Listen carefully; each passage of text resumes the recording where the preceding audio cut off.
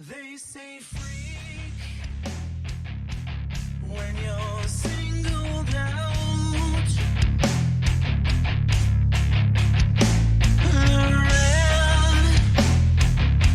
Red filters through. So lay down. The thread is real. When his side goes red again. Seeing red again. Seeing red again. Things change if you won't contain. Slip away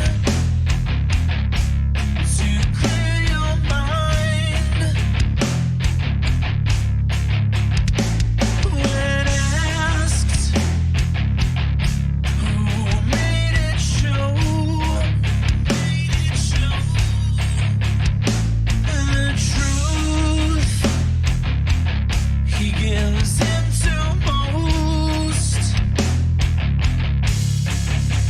So lay down, the thread is real. When his side goes red again.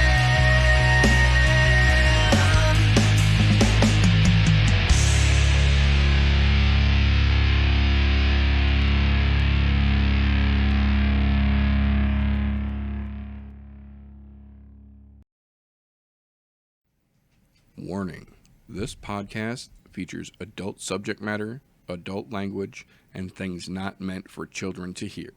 Viewer discretion is advised. You've been warned. We might be. We could be. I think. We are, fuck it, we are doing it live. Live, ladies and gentlemen, here on the I'm No Joe channel. Welcome, ladies and gentlemen, boys and girls, children of all ages, to the I'm No Joe podcast, the show where every armchair quarterback can feel like an Eddie Bravo.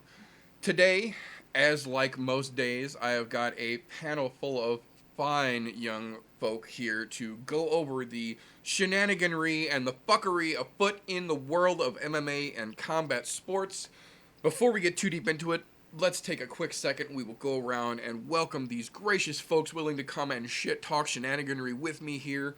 First and foremost, the man, the myth, the legend, the one and the only Ned Divine is here. What are you doing, buddy? What's up, everybody? Glad to be here. Let's get this party started. Hell yeah, I'm all hopped up on Mountain Dew. Glad to have you back, sir.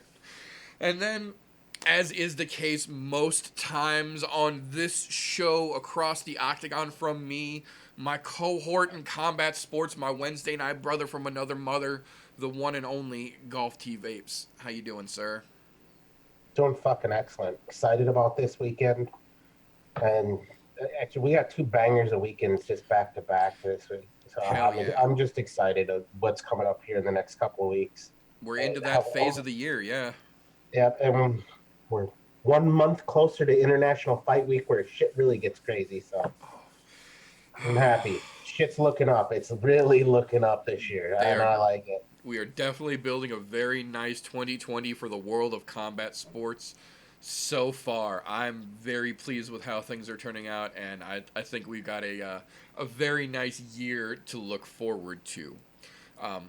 Now, before we get into anything combat sports, I do want to take just a moment here aside, because it's been told to me by folks smarter than myself to help keep people informed on where they can find this shit, not to wait till the end like I normally do, but to take a second as soon as we get done with our intro shit and tell folks where they can find more of this for the folks who are only going to listen to the first 10 minutes anyway. So if you want to find more I'm No Joe content, you can go I'm No Joe is on Facebook. I'm No Joe is on Instagram. I'm No Joe is on Mixer. We have an I'm No Joe Patreon. We also have an all audio version. So if you don't want to deal with these Instagram influencer faces we've got on the show here every time, if it's too distracting for you, I get it. You can catch it in all audio form, anchor.fm/ you guessed it, I'm No Joe. So anywhere you are looking for more I'm No Joe content, you can find it pretty much at I'm No Joe on whatever social media platform you're looking for. So, that out of the way, coming into this week's episode here, we had so much shit avalanching into the news, and more than just the combat sports world. Before we even jump into the combat sports stuff, I want to take just a moment here and hats off to the gracious San Francisco 49ers who put up a valiant effort last weekend during the Superb Owl, but unfortunately it was not enough to stop the fucking Chiefs, and Kansas City has won the Super Bowl. Now, I generally try not to make this too much about me. This is a show about sports in general, but I have to take just a moment here to say, as a fan of sports, not just combat sports, not just MMA, of sports in general, I feel very, very lucky that as of this weekend, I have had a feat happen that not many sports fans get to experience in their lives. For the most part, I am generally a fan of the underdog when it comes to sports. I like seeing the guy nobody expects to win come from behind and just snatch the victory from the cocky asshole who's expected to just cakewalk through it. So I generally like rooting for the underdogs. I'm a Cubs fan. I'm a fucking Chicago Cubs fan. 106 years since they took a championship. I saw them win the fucking World Series and I cried like a baby. Conor McGregor became the first ever UFC champ. I didn't cry, but it was fucking awesome because I'm a Conor McGregor fan. And then this weekend, Andy Reid and Patrick Mahomes led the Kansas City Chiefs to their first Super Bowl victory in 50 fucking years. I guess the point of this is that fair weather fans are nice, but when you stick with a franchise, when you stick with who you support, good times and bad, everybody can get one once in a while. And this weekend, I got one of those moments where it's just the team that I've been following through good times and bad caught our fucking lucky break and we won ourselves a damn Super Bowl. And unfortunately, due to the extreme sorrow it has caused, we are not going to have our regular Fresh 03 interventions this evening. He is mourning the loss of his dear 49ers and regretting the decision to make a bet against me on the Super Bowl. So we do want to give our buddy Fresh here a shout out, and we're thinking about you, buddy, and feel better. We love you. But that all aside, let's jump into some punchy kicky shit, goddammit. So, as we like to do around here, we want to start the show right off up at the tippy top with a thing we like to call news and recent events.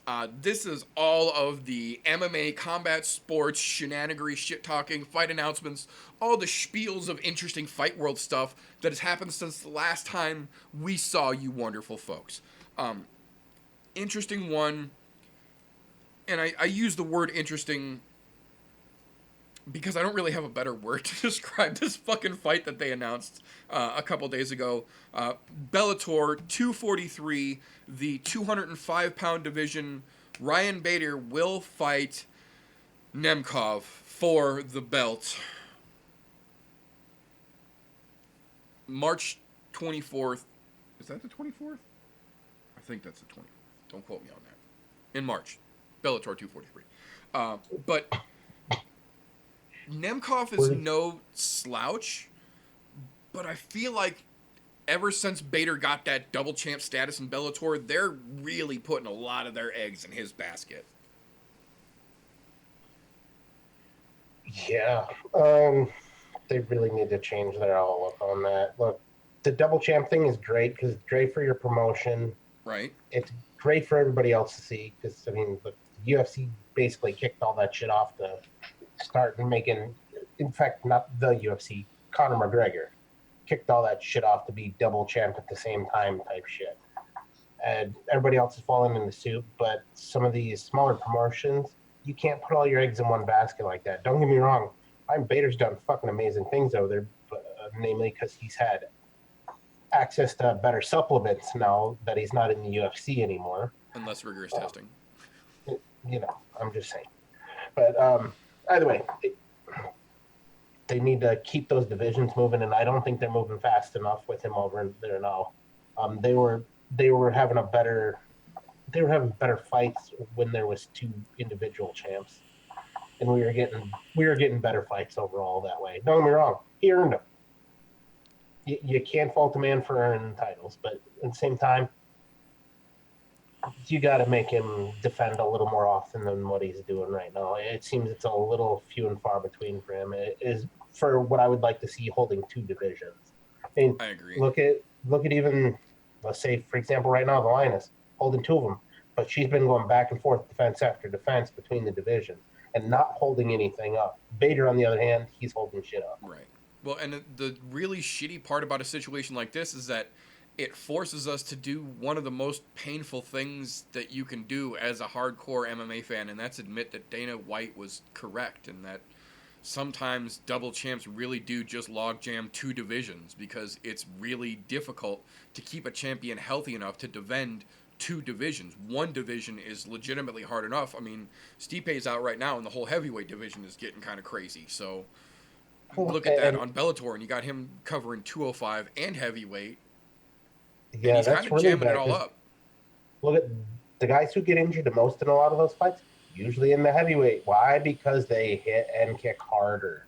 Yep. So even if you win the fight, you're probably coming out of there injured somehow, unless you get that lucky early round one knockout. Yep. So it's going to be interesting to see how this shakes out, especially with, ironically, over on Bellator, we're seeing a thing that we kind of have been hoping to see over here in UFC, but we really haven't so far. To a lesser degree on the smaller sides, but a lot of Bellator's 205 guys are making the jump and going up to heavyweight. My man LDV is a prime example. He was a light heavyweight for a long time and a serious contender at light heavyweight, and since he's gone up to heavyweight, he just beat the shit out of Nutbuster McGee himself, flattened him out and beat the fuck out of him in the middle of the canvas. So a lot of Bellator's 205 guys are going up. It's going to be interesting to see how Bellator's bigger divisions start to shake out here as we get a lot more movement over there. But back on the UFC side of the house, an interesting matchup that I saw. I can't really say it's one that I would call something I would be an ideal fight, really. But it's going to be interesting to see how it shakes out, just because both of these guys have bounced around the division so much lately. Anthony Lionheart Smith versus Glover Teixeira at UFC Lincoln, Nebraska, April 25th. I don't know, man. We really haven't seen Anthony Smith get a chance to shine like he did before he fought Jones since his fight with Jones. And I think, as rough as it is to say, I think Glover's at that point in his career on that tail end slide that I think this might be one of those moments where if Anthony Smith really does still have it in him, this is where we're going to get to see it. Because as much as I love Glover, and if you're a hardcore fan, you kind of got to love Glover Teixeira, but he's turning really, really quickly into a soup can, and this might be the opportunity, I guess would be the word, that Anthony Smith needs to kind of turn it around and put a spotlight on his momentum going back forward again, even if it might cost Teixeira a little sleepy time, which I kind of feel like it might. But it's going to be interesting to see how that one plays out as well. April 18th, UFC 249, prospectively, because we've seen and heard this before, prospectively, Khabib versus Tony for the 155 belt. Just got a very interesting new fight on the main card, they're saying. Lil Heathen Stevens versus Calvin Kattar. That's an interesting matchup. That's a very interesting matchup for a couple of different reasons. But I think more than anything, that kind of symbolizes the UFC really leaning more into this old guard versus the new guard shit. Like, some of these younger guys like Calvin Kattar have had enough of a chance to try and establish themselves. He had a main event against Zabit, so it's time to start throwing him in against the regular grind of the UFC rankings, and Jeremy Stephens would be a damn good test for him, I think. It's going to be interesting to see how that one plays out. Two interesting episodes of the Joe Rogan Experience over the last week. The MMA versions of his Joe Rogan Experience episodes. Frankie Edgar went on and did a decent little episode here, but revealed some interesting and a little bit unnerving information about the cost of being an MMA fighter for a living, talking about how he's got multiple fights where he remembers walking to the ring and then he remembers being in the car going home and nothing in between. There's events where he says he remembers leaving the ring after the fight and then the next 3 days are a blank, or the next 2 days are a blank. Like, he's got chunks of time missing. He'll do things in a fight and then literally come to as the bell rings and the round ends. The coach is asking him what the hell happened, and he doesn't remember just being in that fight. Like, these are early CTE signals. Like, this is the cost of fighting for a living. Like, you pay the price with your body and with your mind. The monetary gain means nothing in the grand scheme of things if your body and your mind are destroyed in the process. And as painful as it is to reference, Muhammad Ali is a perfect example of that. That man helped define boxing and literally put combat sports on the everyday map for the average Joe across the country. And at the end, we saw the toll that it took on his body and his mind, sadly.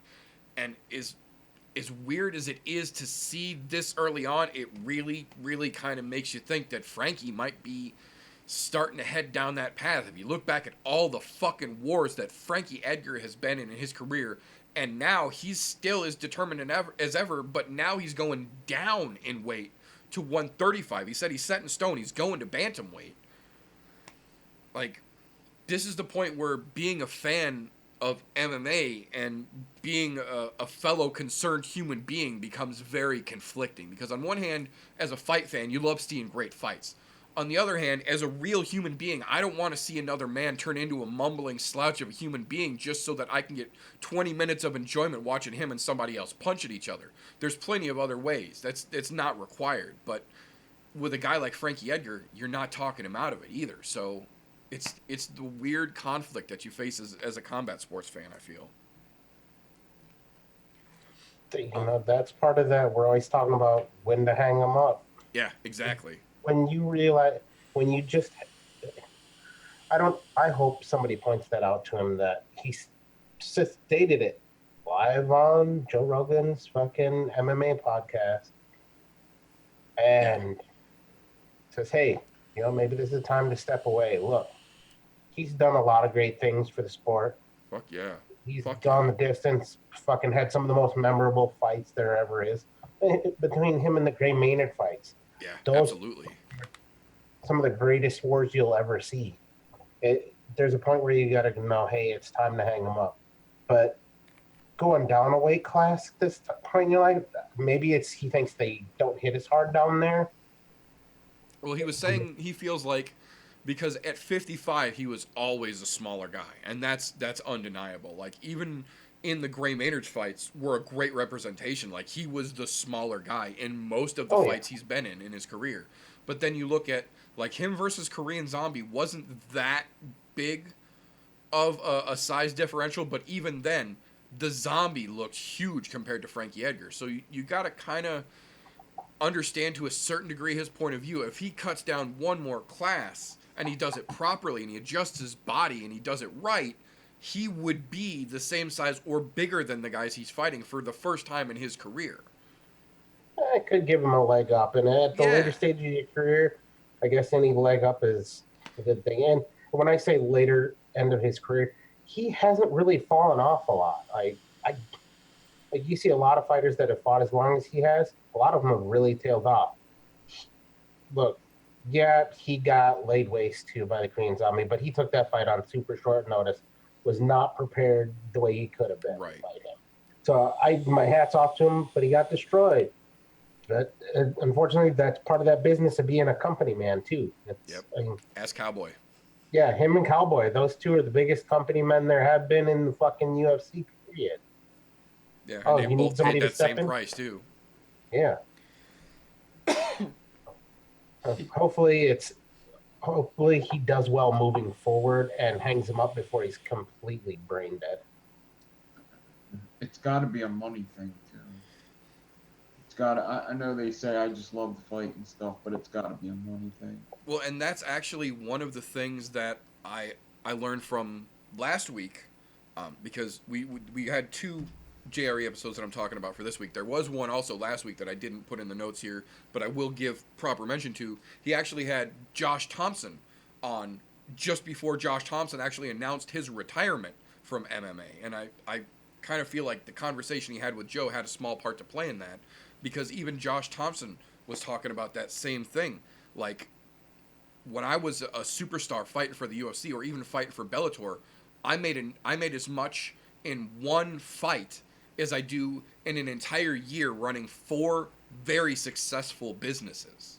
And it's a lot more work to run all these businesses and manage all my employees than it was to just train for one fight a year. So, it's one of those situations where, especially the guys that were top tier, like Frankie was, they make good fucking money when they get these big fights, and then when they're out or when that prospect starts to look like it's not going to be there anymore, like I can kind of understand the money being a scary fucking factor when it gets to that point. Yeah. The other one from this week anyway, Kamaru Usman actually went on Rogan again for the second time that no one asked for, really, and surprise, fucking surprise, basically spent his entire time on JRE either bitching about Jorge Masvidal, talking shit about Jorge Masvidal, or bragging about how well he thought he did against Colby and how he believes that he's the greatest welterweight the UFC has ever seen. And started talking about all the dream fights he's got against the greats that he feels he would match up so well against. And Marty from Nebraska needs to chill the fuck out, because ironically enough, the day after he went out there and talked all that shit on Rogan, Dana went on the ESPN radio experience that I don't forget what the name of it is, and they also put it on the ESPN MMA YouTube page. He said flat out, the next fight for Kamaru Usman is Jorge Masvidal during International Fight Week in July. It is official. It is the next fight. He said the contracts have been signed. They are just waiting to set up the posters and get the pictures and all that good shit set up. So I think it's going to be real interesting to see where 170 goes as well. Champ status for her. Oh, Street Jesus. I mean, he would technically be holding 2 belts, so I think that would make him a champ as far as technicalities go, and being technically right is the best kind of right, so. That's right. I mean, there is that to be said. No, another interesting little piece of news here that we learned after the previous show, talking about the Bellator and UFC cards, and now coming into the follow-up press, as it were, the post-fights and the press they do after the fights. We learned a little bit from the fucking spectacular victory that we talked about on the last, what did I say, show? From the more talented brother, as we believe, of the 2 Pettis, Sergio Pettis, who had a fucking spectacular victory. But he started talking about how it was a little different to prepare for this fight because Bellator does not have a 125-pound division. They only have 135 and up, which is the reason that we didn't see him coming in at 125 over on the Bellator side, but that's where he fought at UFC. So he talked about how it made a difference because it forced him up a weight class, and he made that decision consciously when he signed with them, but that he said it was an actual easier cut for him because Sergio Pettis walks around at 170 pounds and was cutting to 125 to fight as well as he was. That's a big fucking cut for a dude who's, I think, 5'3"? 5'3", 5'4"? Yeah, he's a little guy. He's a yoked little motherfucker. That, I thought, was just fucking crazy because we talk about weight cutting all the time, and it's never ideal, but there are certain quote-unquote safe ranges that you can weight cut, especially when you're doing it by water loading and then just sweating the water back out to dehydrate yourself to a quote unquote normal status or more balanced status. A certain amount of that they have deemed quote unquote healthy because it can be done safely. But when you talk about a guy who walks around at 170 pounds, cutting down to 125 pounds to fight, that's crazy. That's fucking crazy. I'm wondering how much of that he actually loses in the last week, though. 'Cause I know a lot of people in the talk camp about they the built last a lot. week, but I'm guessing during camp he's probably slowly cutting himself down throughout the camp, so he's not having a complete fucking Yeah. shit show, cyborg looking, Skeletor looking ass type thing. Yeah, it'll be interesting to see how he does at 35 now, knowing that he's got that big of a cut from his normal walk around. And then, here we're taking 10 pounds off of that, which if you're used to cutting hard, cutting less is always good. Look at what we saw, 2 weeks ago with Connor and Cowboy both. Both of those guys look fucking spectacular on the scale. Obviously, Connor performed a little better in the ring than Cowboy, but, sometimes cutting less weight makes a big fucking difference. So we'll see. We'll see how Sergio does at 35 over there. Speaking of the over there side of the house, interesting fight announcement for Bellator 241 happening on March 13th. Sabah Hamasi versus Paul Daly. That is going to be a spectacular matchup. Those two gentlemen have some of the most dangerous hands in the Bellator organization as a whole. I still to this day, I agree 100% with Rogan that I think Daly could have done a lot more in the UFC. But, things fell the way that they fell, and here we are talking about him over on Bellator. But at least this time when we're talking about Paul Daly, it's because he's getting back in the ring to fight and not because he's getting kicked off the microphone for talking shit about MVP like the rest of us do. But good for Paul Daly. I'm very curious to see how that fight comes out because that's going to be a fucking Strikers special. I talked about this a little bit on the What Did I Say show, and I have to mention it again because it has come back into the fucking news, as aggravating as it is. After UFC 246, when the whole event was done and ESPN was doing their little recap finale deal, they brought in Stephen A. Smith and another gentleman whose name escapes me at the moment, who are other ESPN sports commentators to kind of try and do a little cross promotion. And Stephen A. Smith talked out his ass. He said he was disappointed in what he saw because he thought that Cowboy quit in the ring, which I could do an entire episode on how wrong and fucking ridiculous that statement unto itself is. But I digress. Since then, and well, to be fair, immediately Joe Rogan made one of the most beautiful "what the fuck did you just say?" faces I've ever seen in the world, and then proceeded to very politely try and explain to him how wrong he was and that he was out of his element here. Donnie just wouldn't mark it as zero, though. And now, this week, despite getting criticism from everyone in the fucking world, aside from Nate Diaz, who is actually sticking up for Stephen A. Smith. Go figure. Stephen A. Smith has twofold fucked himself even worse. He, first and foremost, shortly after that, released a video of himself. They call it training, and I'm going to use air quotes, and I'm using the word training very, very sparingly. I encourage you to go to Josh Thompson's Instagram page. He reposted the video for the world to see. Dick punch, head punch, dick punch, head punch. You'll get it. But after that, this fucking fool doubled down and said that he respects Conor McGregor, but stands by his decision that he completely feels that despite the warrior that he is, Donald Cerrone quit, and he did it in an embarrassing fashion, and it was a bad example for something about a bad example for Americans to see. So not only is he an idiot, but he's an idiot who's willing to double down on his stupidity and refuse to give an apology to those that he literally owes one to. All right, I'll go this far. He doesn't owe an apology to anybody. However, the shit he said is fucking dumb. Yes.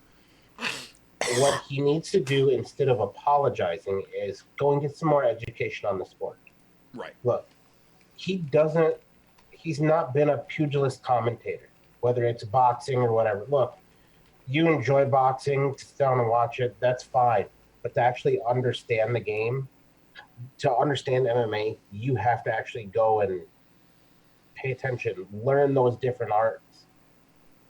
Head punch, dick punch, that's not learning. Whoever the asshole is that's doing that with you made you to look like a fucking donkey. Yeah. Yeah. Like you look like a straight jackass. But that's neither here nor there.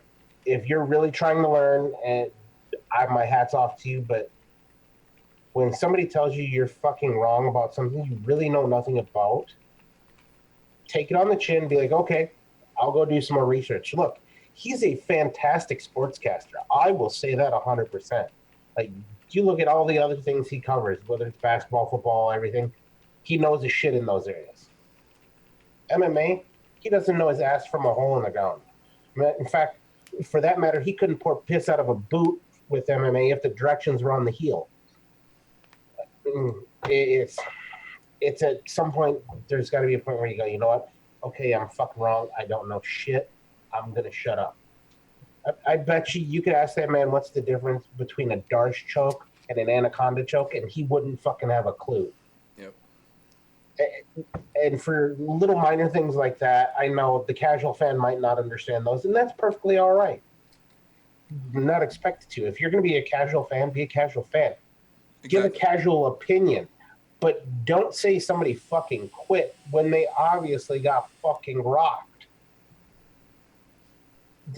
Especially somebody who's been around the game as long as they have and done the things that they've done. They don't just fucking quit.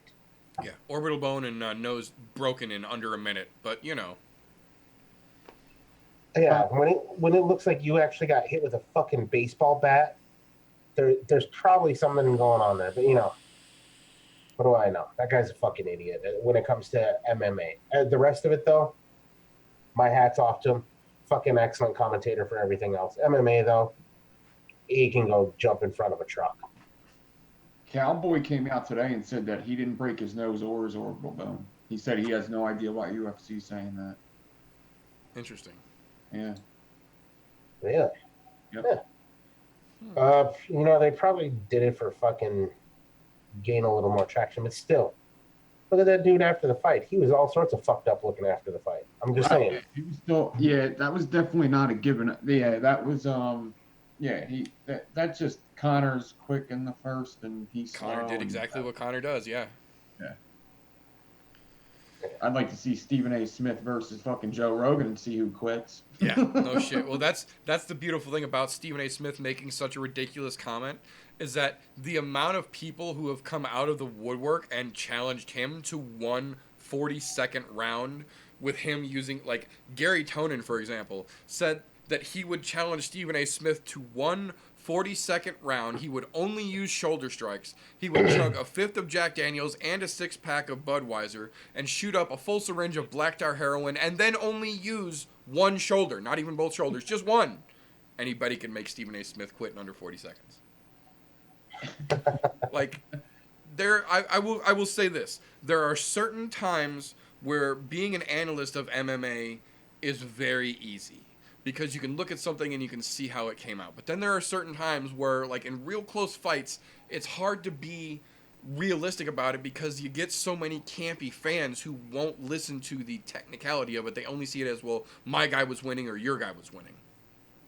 It can get a little weird sometimes because it's one of the few sports where you don't have to be able to do it to be able to analyze it. Like, if you don't play baseball, it's hard to understand the intricacies of the differences in holding the ball on the seams with your fingers in a different position in the glove. It's very, very much not the same with MMA. You can get enough footage from enough angles and get enough general knowledge to analyze MMA for the most part. Calm down, rabid fucking casuals. For the most part, to analyze MMA. But it's also one of the only sports where your opinion can literally get you beaten up. Easily. Like, if you don't like the Twins and you're a baseball fan, but you like the Rockies, somebody will be like, oh, well, you know, the Rockies have this and this going on good. You guys have a decent chance. We'll see how it shakes out. Whereas if you have somebody who's a Nate Diaz fan and you start talking about Conor McGregor, they might just Stockton slap you in the fucking street. That's the kind of weird shit that happens in MMA fandom. And Stephen A. Smith is starting to find that out firsthand, maybe in a way that he wasn't quite prepared for, I think. Especially when it comes to those of us who are fucking heavily into MMA. Even on the sportscaster side of the house, you can tell who's heavily into MMA and who's not. I would love to see Ariel Helwani get a chance to go at it, because I'm sure Ariel Helwani's probably never taken a fucking class in his life, but he's a fantastic fucking analyst of it. Yeah. And he knows the right questions to ask. He knows exactly what's going on.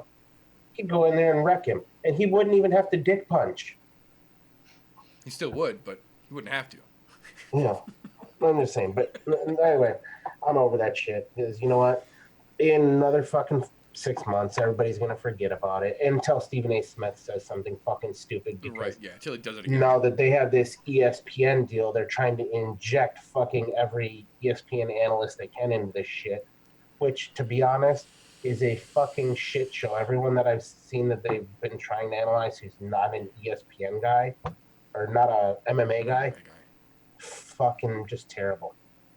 Yeah. It's a sad thing to watch. Thank God we've still got, like, as much as I hate to say this, Ariel and the bad guy on ESPN.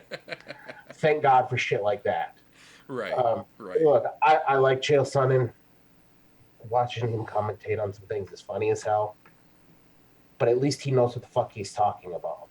Right, exactly. From all points of view, from a journalist and a fighter's point of view. Yeah, and don't get me wrong, there's some journalists out there that really know what they're talking about as well. Thus the reason why you have Ariel Helwani. He's been doing this and this for quite some fucking time. He got booted out from UFC press conferences at one point in his fucking career. Just saying, it's fantastic there, but you know. Yep. No, but moving on from Stephen A. Dipshit, brings me to a little chunk of news here about supplementation. I think we would call that the best category for these stories here. The first one, probably not what you would expect. Martial arts legend and legitimate, living great, Helson Gracie was recently arrested and jailed in his homeland of Brazil for possession of a controlled substance, trafficking narcotics, and possession of cannabis.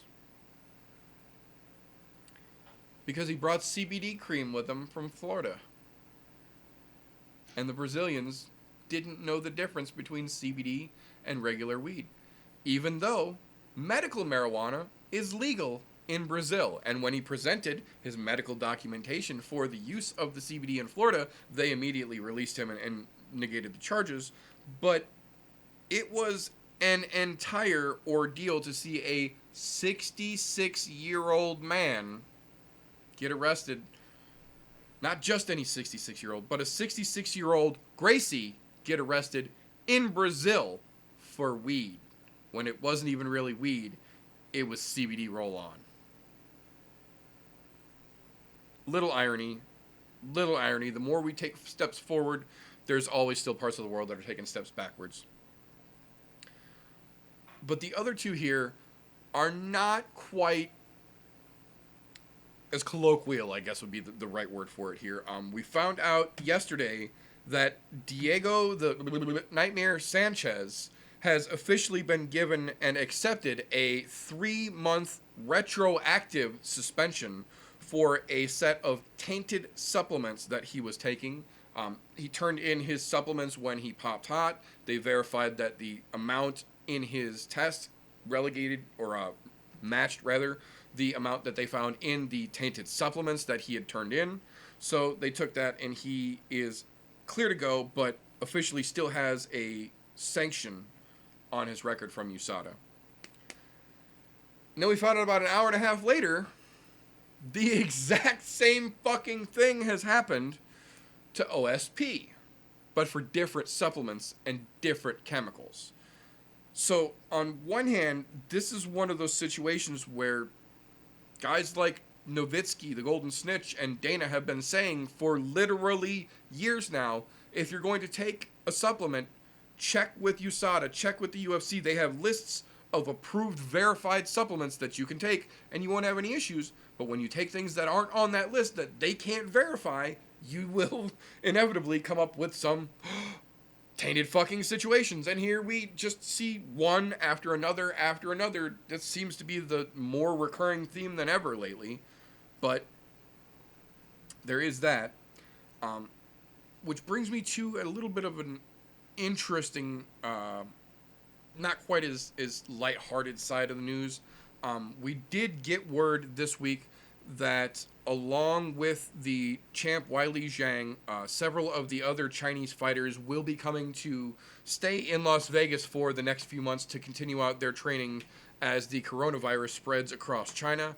And in true typical piece of shit form that she's had for the last several months, year and a half-ish, Joanna Jędrzejczyk took that opportunity to make some shitty fucking human remarks about Wiley and the Chinese and the coronavirus, and then very, very unauthentically, quote-unquote, apologized for it.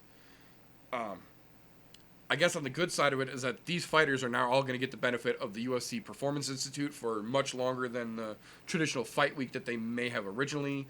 On the other side of things, I really, really, really hope now more than ever that Wiley just beats the absolute fucking brakes off of Joanna for being just such a general piece of shit human being lately. But we'll talk about that in a couple more weeks because that one's right around the corner as well. I just want to make this very well known because I think this is kind of funny. For those of you who don't know, the flu this year has killed more people than the fucking coronavirus. Stop worrying about the goddamn coronavirus. Move along. It's no different than the avian flu or swine flu or anything else that's popped up that's the new biggest, oh my God. Get the fuck over it. It'll be okay. All right, I'm done. But you know, that goes the same along with fucking Joanna getting her ass beat. Get the fuck over it. It's gonna happen. Right. We did get some interesting news in the fight world yesterday, though. May 29th over in 1FC, the heavyweight belt will be on the line between one Brandon Vera and the newly acquired Arjun Buller. That is going to be a big man showdown this summer that will definitely be something you're going to want to look forward to if you are a fight fan. Another piece of interesting news we got yesterday out of the fight world. History has officially been made. UFC 246 is officially now the first pay-per-view to be streamed and still sell over 1 million buys. Apparently, previously, that was not something that was achieved. It was generally, if they streamed it, they got streams, and it wasn't a pay-per-view because those were separate. Now those are combined, and UFC 246 has set the benchmark at 1 million fucking buys, including the streams. So, be interesting to see how ESPN Plus factors into those numbers going forward, because that's, I guarantee, how they're finding all these interesting little analytics out. We did get we did get notified yesterday that for the fourth time in a row, a short notice fight has been taken by Angela Overkill Hill, to the excitement of none, against a debut maker, Loma Lukbun, February 23rd. So in 3 weeks, down in Auckland, New Zealand. And now, to her credit, I will say, 4 short notice fights in a row for Angela Hill is, that's starting to get company status. And to be fair, she is 3-1 of those 4. So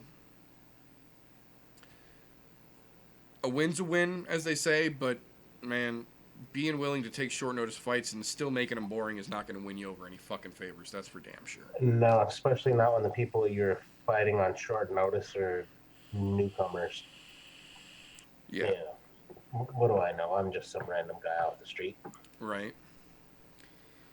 But that unenthusiastic piece of news is the last thing we have in today's news and recent events segment, which will bring us to the meat and potatoes of this particular episode. The reason for the season, the name of the show, UFC 247, Jones versus Reyes.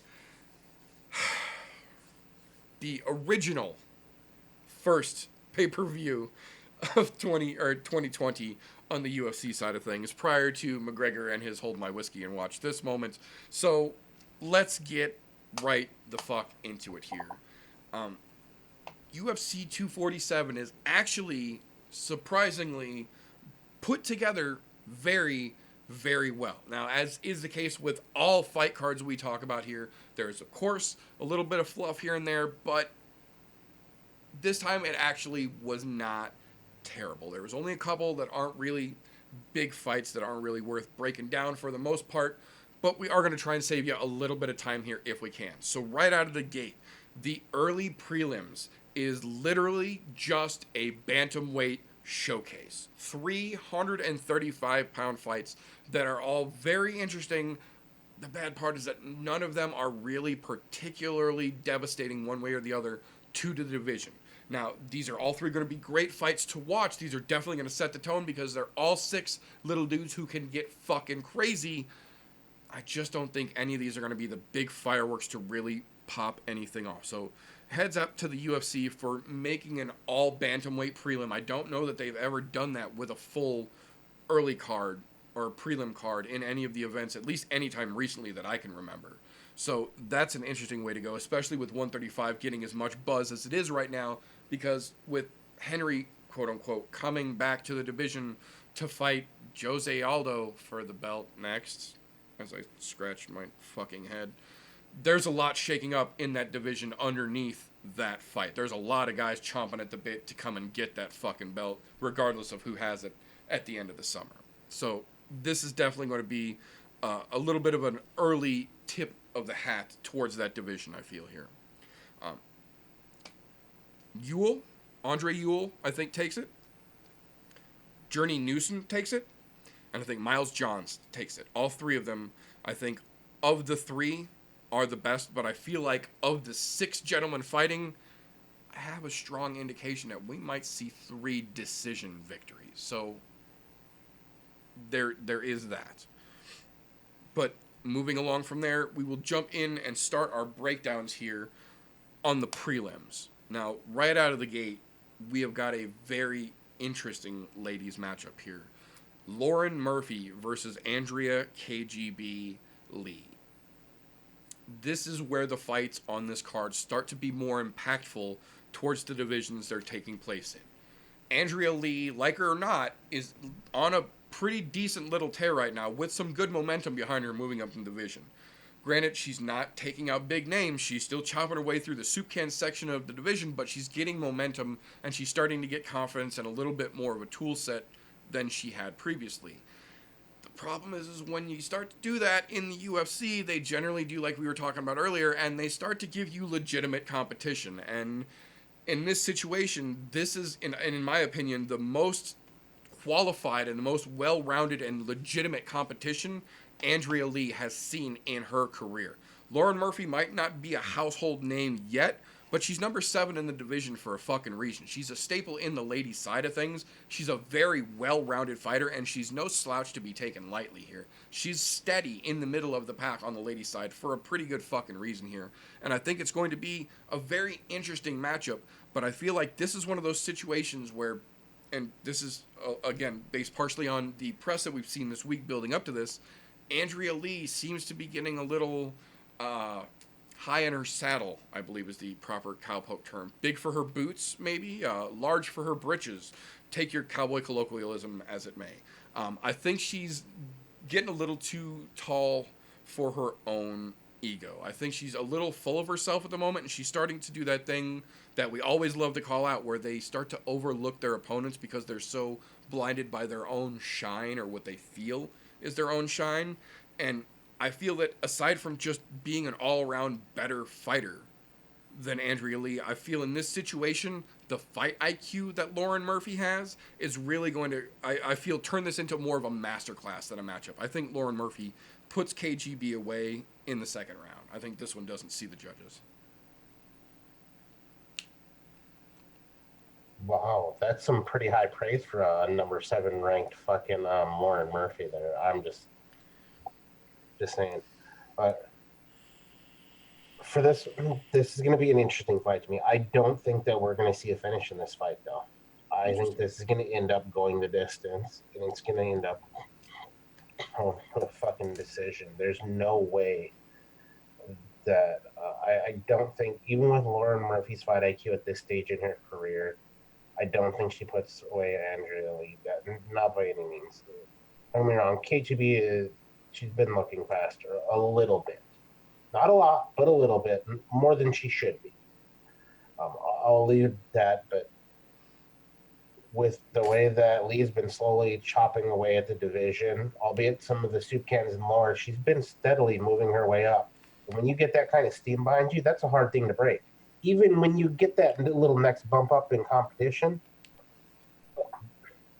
fucking Lauren Murphy, she's fighting down. When you're fighting down, you're expected to win. That's when you have the biggest chance to fuck up.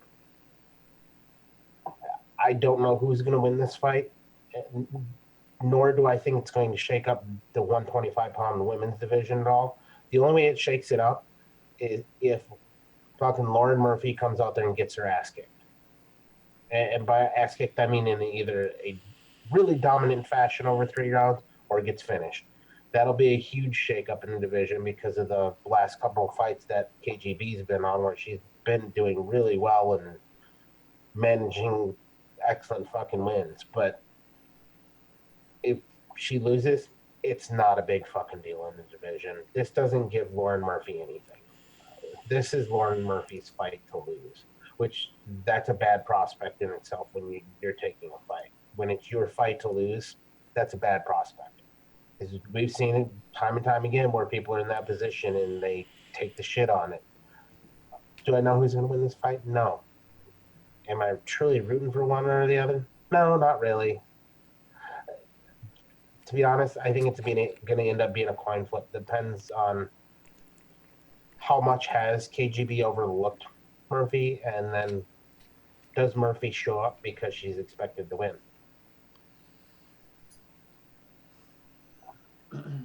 I had written down here Lauren Murphy first round TKO ass kicks. So a little different than Golf T. I'm picking Lauren Murphy just because that's the only one I know. Fair enough. Interesting strategy to call winning by ass kicks, but I mean, hey, I'd be down to see it. I don't think that we've ever seen a stoppage TKO by ass kicks before, but I'm not opposed to it by any stretch of the imagination. I wonder how hard you'd have to kick somebody in the glute in order to finish a fight. That should be one though, right? TKO ass kick. Yeah, I think it could be done for sure. We've seen several people where when they get dropped to the ground, rather than going to the ground to fight them, somebody literally just kicked them square in the ass while they're on the ground. So, yeah. I mean, it's plausible. It's really plausible. I want to see where Lauren Murphy's from. I know I knew at one point. She really reminds me of some Irish girls that are in here in Philly.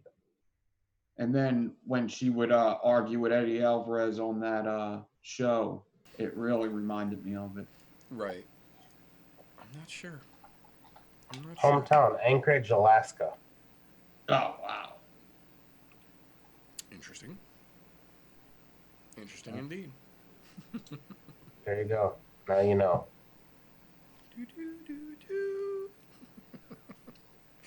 So that'll bring us to our next interesting matchup here. Antonio Arroyo versus Trevin Giles. Now, this is one of the... I guess it would be more of a prospect matchup. Both of these gentlemen are still fairly new in their UFC careers, but to their credit, Trevin Giles at this point in his career has only had 2 losses to top gentlemen in the division. He's got a decent record brewing. He's got a decent skill set to him. I feel like in this situation, Antonio Arroyo is literally coming in with one fight. I feel like even though they're both fairly new, they're both on the prospect side of it. They're both relatively untested for the most part compared to the tops of the division. I feel for where they're at right now, I think Trevin Giles is going to have the advantage just because I believe this is his 8th pro fight versus the second one for Arroyo, who went to decision on his first round. 9-3 overall, yeah. Oh, they were actually reading that. Interesting. Yeah, it's the second matchup in the UFC, so I think it'll be interesting. I think it'll be a good fight. Yeah, 9-3 versus 11-2. The prospect fights are always fun for me. And I think the best part about this is the stage that they're giving them for this. Yeah, the premier I mean, prelim fight. Premier prelim fight right before the fucking main card kicks off. If you're a prospect, this is the hot seat ticket right Fuck fucking yeah, it here. is. Because everybody's eyes are going to be on you because the crowd is rolling in because the main card's about to start. So the arena should be pretty full at that point. Not to mention you got everybody who is at home that's getting ready to buy the pay-per-view. You're that fight. Is it worth it for me to buy this? How did the rest of the prelims look? Yep. Make a big fucking difference here. You can make a huge splash and a huge name for yourself. So either one of these gentlemen, if they do something fucking fantastic, pull something crazy, that's going to shoot their stock way up because there's going to be a lot of eyes on them. And you know what? How could you ask for a better spot than to say, we're in prospect status. We're still at the bottom of the division, but you know what? This gives us that chance to shine and get our name out there. Yeah. Yeah, it really is a great platform for prospects, and I think this is going to be a great fight to put in that position. Oh yeah, and for another good thing there, it's the right fucking weight class too for a good fucking premier fight on the prelims because middleweight's always fantastic to watch because they're big enough to fucking knock each other out, but they also don't gas that easy either. So it's that nice Goldilocks range. Yeah, it is. Between that and that or welterweight, those are like my two fucking favorites in that kind of situation. So it'll be interesting to see. Don't get me wrong, it would have been nice to see some big boys there too, some heavyweights, because that's always a good way to kick off a start right before the main card. But hell, I think that the UFC may have been doing some fucking homework because we've been complaining a lot about fucking the way that they've had cards set up, and it finally seems like they may possibly have turned a corner. Be interesting though. It's just that whole middleweight fucking prospect fight's excellent. Loving it. Yeah, I'm pretty sure Meter already said this, but this fight that we're talking about, the last couple of fights, is on regular ESPN, regular cable ESPN. That's the prelim, and like Golf T was saying, usually these fights are the better ones because people are getting ready for the next fight, which we're about to talk about, and they get in front of the TV and they have one more fight until the main card kicks off. You know, everybody's getting in front of the TV to watch Derek Lewis. And I don't know either of these guys. I think I might have seen both of them fight, but I didn't remember anything. And I'm not even going to pick this one. I'm just going to enjoy it. I think you've seen Trevin Giles fight once before. He fought once fairly recently, and I'm pretty sure we talked about him then too. But I don't think Arroyo has been... I think his one fight in the UFC was long enough ago. I don't know that you'd be familiar with it unless you've done a lot of research on him. Yeah. I think I do remember Giles, and yeah, that's about it. No, it's gonna be an interesting matchup, and I agree completely. This is a great place to put that prospect fucking highlight fight, and I think it's gonna be a good one. But that, ladies and gentlemen, will bring us into the actual meat and potatoes of the meat and potatoes segment. That is the meat and potatoes of our show here, the main card. So now, as with most delicious fucking main cards that the UFC gives us here, we're not going to skip right to the goodies. We're going to start right at the edge. We're going to work our way in, get down to the goodies at the very end here. We're going right from the very tippy top, the beautiful opening of the main card, UFC 247 has given us a beautiful little bow wrap gift to start the evening off with in the form of one Black Beast Derek Lewis versus Ilir Latifi. Now, for folks who have been following the UFC for the last couple of years, Derek Lewis has quite literally been tearing his way through the heavyweight division from the soup cans all the way up to the top of the fucking top. He has fought for the belt before, and I call that an asterisk on his career because that was a whole separate thing. But aside from that and his fight with Francis Ngannou, which was the trigger or the gun shy rather event of the decade, we have seen basically nothing but great work from Derek Lewis. Now, granted, it's not always great work. His cardio has absolutely been a contentious issue several times in the past. But the thing about Derek Lewis is that he is never finished. Until you put that big man to fucking sleep and hear him snore, them hot balls can come at that ass any point in fucking time during that fight. And they will. I assure you, they will. Now we've got a guy in Ilir Latifi who, realistically speaking, should be fighting at middleweight. Based on his size and body structure, he should be fighting at 85.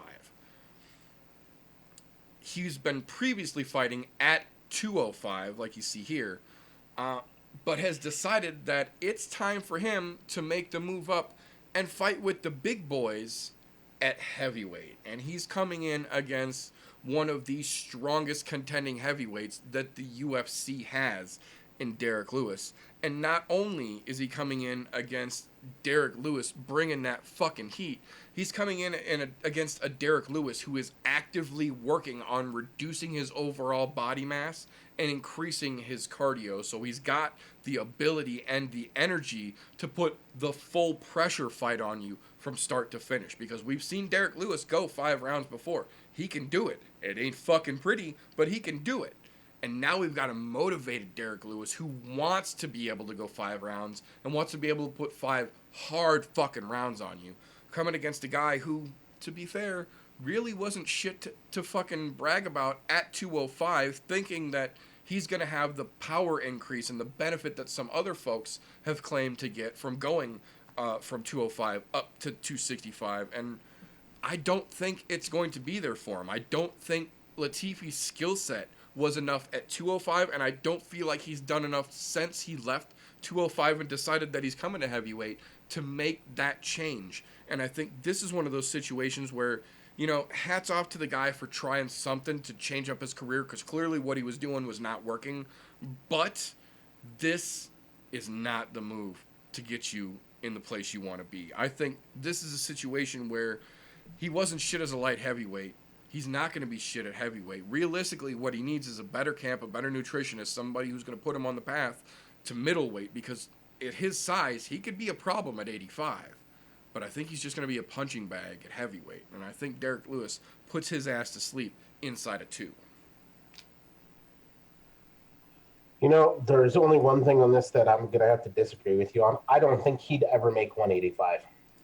If you look at his frame, the way he's built, there's no way he'd make 185.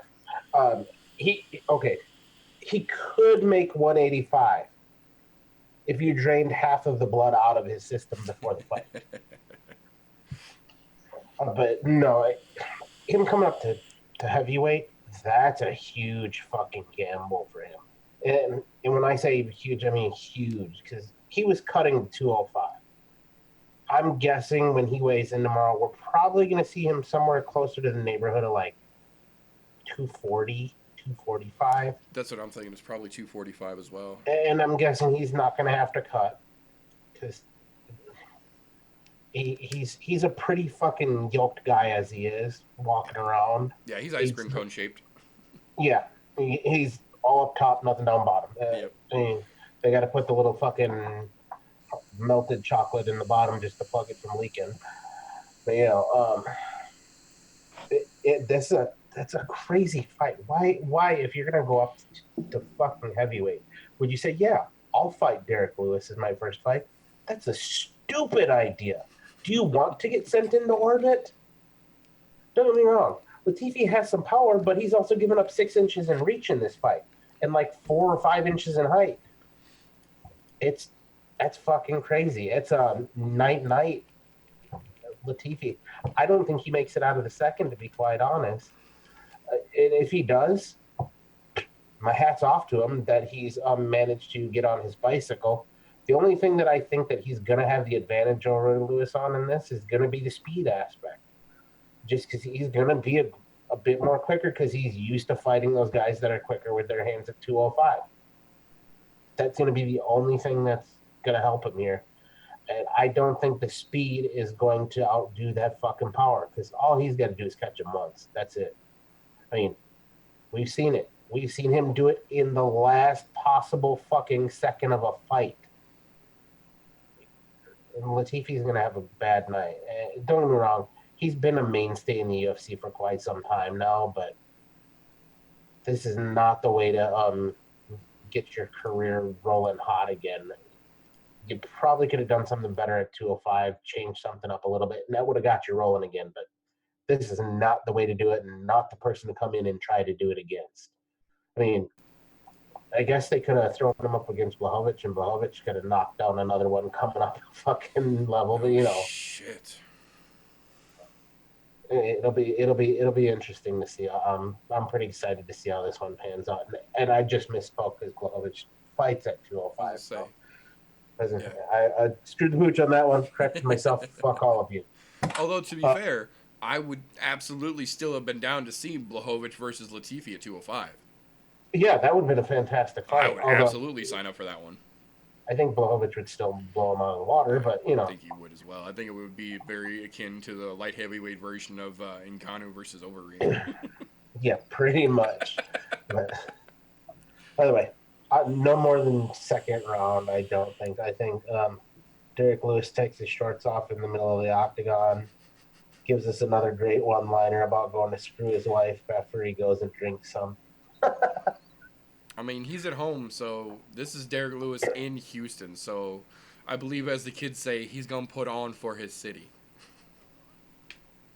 Yeah, that's one thing I was going to say. There's two things either happening here. Either they're giving this fight to Derek Lewis in his city, or Alir Latifi knows something everybody else doesn't. It could be just one of them things where he's either really fucking stupid or he might know something. He might know something that everybody else doesn't know.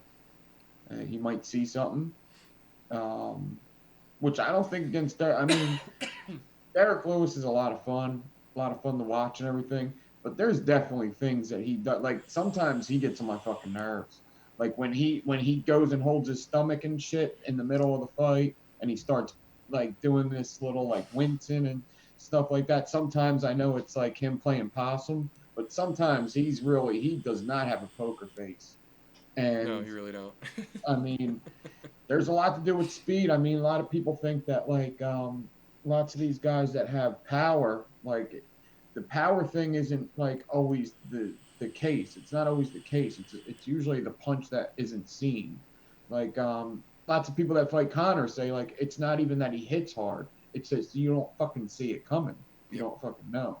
So that could be something, but I mean, it's a huge size advantage. It's not even like, I mean, when Meter put it in the message thing, and we were all like, wow, well, wait, what?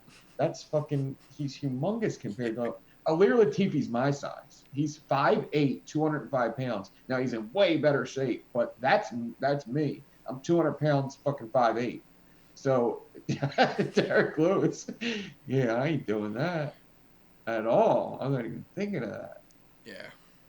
Yeah, you'd have to back one hell of a truck full of money up to my fucking house to get me to step in a cage against Derek Lewis's big ass. But then I think about it, and I do think Alir Latifi stands a better chance against Derek Lewis than John Jones in his own weight class. So it is kind of a weird thing, but yeah, I don't think that's a good fight for. I don't know. It's such a big size advantage, especially seeing Derek Lewis this week next to John Jones and how big he is. He makes John Jones look small. Although I will say, watching the ESPN interviews that Derek Lewis did this week, talking about how he's actively working on his diet and he's actively working on trying to keep himself in a lower state so that if he does have to cut to make that heavyweight limit, it's less that he has to cut. And ironically enough, he tells you this as he's sitting at a table with Brett Okamoto and they bring him out a fucking crawfish boil that I don't know that I could put my arms around. And they're talking about how Derek had an entire chicken ranch pizza or a barbecue chicken pizza for lunch yesterday, but he told him to keep the bacon because that shit would be too much and he's trying to watch his figure. I mean, if Ilir Latifi fights going backwards and fucking just points, he could fucking win on points. Yeah, no, there's absolutely a chance. Just kicks, leg kicks, and But then yeah, he's got to be real decisive and real careful about it if he goes that way, for sure. I don't know. It's going to be interesting either way it goes because Derek Lewis doesn't put on boring fights aside from that fucking Ngannou match. That was a fucking asterisk among asterisks to begin with. Derek Lewis isn't a boring fighter no matter who he's against, really. So Yeah, that fight was that one little thing in statistics that you call an outlier that you don't include because it doesn't fit the mold. yeah, it's the That's all anomaly. that was for the both of them. Fuck. Yeah, no shit. I think they were both scared of each other's power because they realized they both got it. Yeah, I think that was just one of those Made weird him gun clash shy. ups. Yeah, that they both knew what they had and they were both too scared to take the other one's fucking shots and nobody threw. And yet we still haven't seen that rematch yet, and it needs to happen. I know. I think just it's because great now. the fans need to know what would have actually happened. Yes, yeah, what they're both capable of when they're not afraid to fucking throw it at each other. Yeah, I because think they that would both be a sent great people to rematch. the fucking orbit, and Fuck it's yeah. Yeah, I think that's one of those rematches that the more so than Dana crying about how the people want to see DC versus Stipe again. I think the fans would much rather see Derek Lewis versus Ngannou again than DC versus Stipe 3. Oh, You yeah. know. But moving along from there, that'll bring us to our next interesting fight here. This is my dark horse fight of the card. This is the one that I think is getting the most overlooked of anything on the main card. That is Mercedes Bektik versus Dan Ige. This is one of those fights where they're not big guys. They're not, incredibly fast, twitchy, flashy guys. These are some, average sized gentlemen. These are two very respectable featherweight fighters here, but they're both very creative in their styles. Neither one of these guys are what you would call quote unquote traditional fighters here. Both of these guys come in very unorthodox, and if you watch their face-offs at the what do they call them? The ceremonial face-offs today, Dan Ige is fucking hilarious here. Mercedes Bektik came out, shirt off, all pumped, super fucking, big ol' arms. Dan Ige stood next to him and literally, played it up. Fucking beautiful. Great representation of Dan Ige. Very lighthearted, always, not taking anything too fucking seriously. This is a very, very, very good matchup here. I think both of these guys stylistically match up real even across the board. They're both great strikers. They're both great wrestlers. They're both gas tank guys. Neither one of these guys are people that you watch to fade out in the end of the second, beginning of the third round. Both of these guys can go hard for the whole fight, and I think it's a very interesting matchup style-wise. I think it's going to be close, but as much as I like both of these guys, I can't pick one here. It's such an even matchup for me here. I don't know which one of these guys really is going to be able to put the edge over the other one. And I think that was not my dark horse fight on the card. I'll be damned. But no, this one definitely gonna be fucking fun to watch because they both have fucking gas tanks today. But granted, they're featherweights. 99% of the featherweights that we watch all have that wonderful gas tank. But these guys are right on that cusp of breaking into the ranked echelons, which is going to make it very interesting because I think they're both going to really fucking go to town and we're going to see a hell of a fight. Granted, to be quite honest, I really wish that they would have put this fight before Derek Lewis's fight, but Agreed. I think Just- so as well. in fact, the next fight after this one too should have been put prior to fucking Derek Lewis and any of the TV's fight. However, I get it. You want to kick off the fucking main card with a bang. That's the Yeah. way to do it. But And they're gonna do it for sure. Yeah.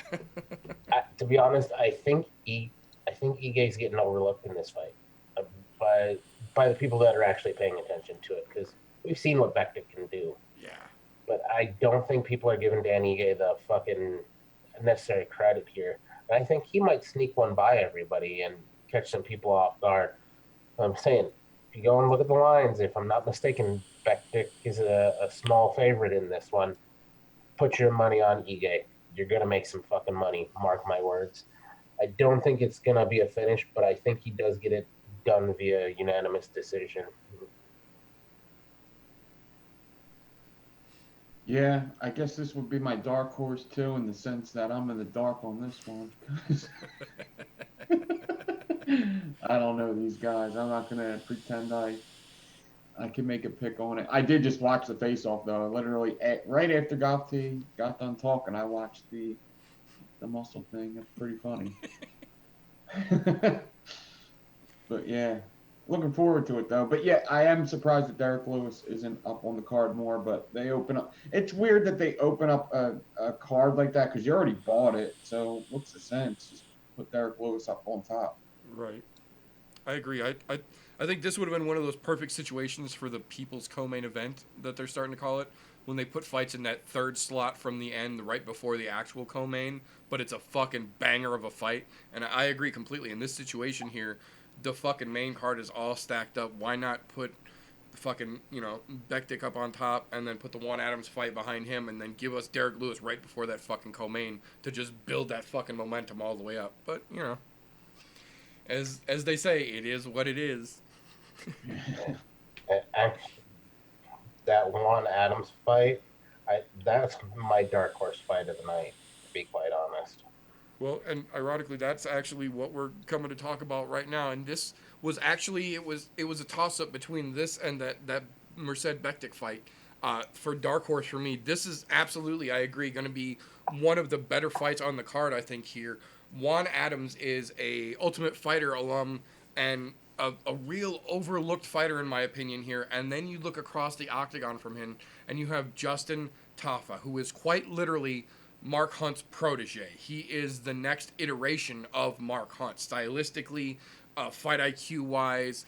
Just he's slowly morphing into Mark Hunt. If you look at the fucking guy, it's real interesting because again, like you see here that Nick brought up for us, these are young heavyweights. Neither one of these guys are even 30 yet here, and you're talking about two guys who absolutely have the potential to be top 10 real contenders here in the very near future, in my opinion, if they can both stay the course here. But I think this is going to be an interesting matchup because you've got Juan Adams here, who is absolutely more of a grappler, but still has that Derek Lewis kind of wrestling swing style of striking, versus Tafa, who has got that Mark Hunt fucking swing for the fences with that power shot that'll take your fucking head off your shoulders, kind of KO artist, as they used to refer to him here. I think it's an interesting matchup to see who's going to be able to get their game plan implemented first, because if Tafa can come in and start landing big strikes right away, he can put Adams in serious trouble and end this fight fast. But if Adams can get around those big shots and put Tafa on his back, we've seen that much like most of the quote-unquote KO artists, a lot of these guys have problems fighting from their back. They have problems when they're put in a defensive position. They kind of turtle up a little bit. They don't really know how to get out of a lot of bigger attacks. They don't really know how to put the offense together from the ground in a lot of these situations. Juan Adams is no exception to that here.